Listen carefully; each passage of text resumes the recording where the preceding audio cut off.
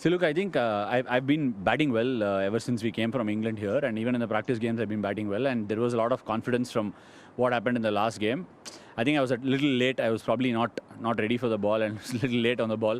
Didn't expect the sort of a delivery from him, and yeah, could have done better. I learned and move on from it. And Hetmeyer, obviously, he's done really well for us this year. I think more than about 6 to 8 points he needs to go to Hetty because he's finished games. Sometimes when you make those 25s and 30s, you don't quite get the recognition you must because people at the top are making the volume of runs. So Hetmeyer is one of those heroes for us. And inside that dressing room, we recognize all these efforts. So yeah, he's in a good space.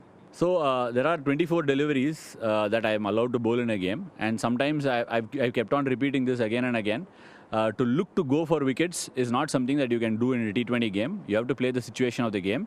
My job is to bowl to the best of my abilities in those 24 balls and create wicket-taking opportunities.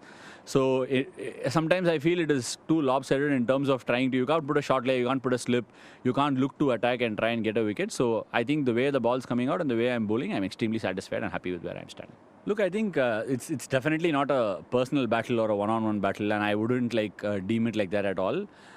People who want attention may be taking it that way, but I am not looking at it that way at all. And the incidents that happened the other day was the reason why I got charged up was because I think it was entirely untoward by both of them to have given a send-off for a batter who's just got out. And the worst situation in that was I was not the one who was aware that it had Rishabh.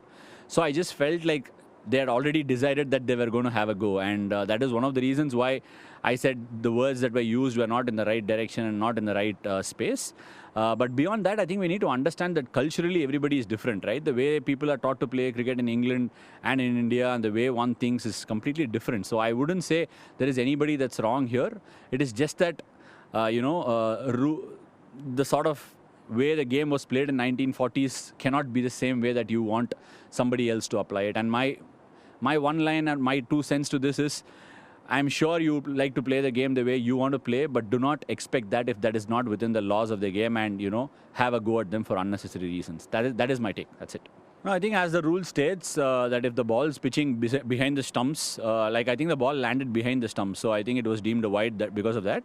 If the ball had landed outside the turf and before the stumps, it would have been deemed a no ball. So it's a clear case of rules. I don't think there is any. And obviously because these rules are being developed and, as the game, like I said in the previous question itself, the game is evolving, the game is changing, it's getting extremely competitive. These leagues are, on parallel to probably on the lines of how Premiership football happens in different parts of the country. So as the game is evolving, these small changes will happen and the players need to adapt and learn the new rules that are being set up.